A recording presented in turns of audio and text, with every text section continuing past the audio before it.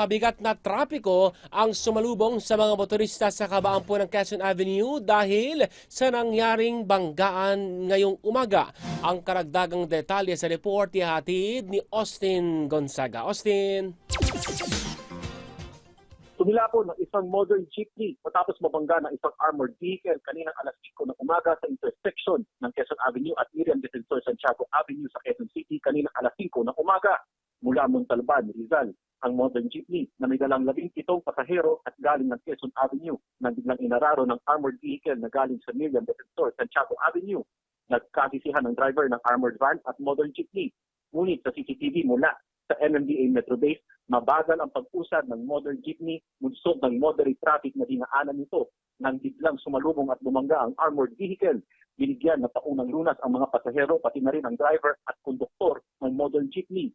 Bandang 6:45 AM na nang matanggal ang naaksidenteng modern jeepney pati na rin ang armored vehicle at posibleng makasuhan ang salarin sa aksidente. Austin Gonzaga, Newsline.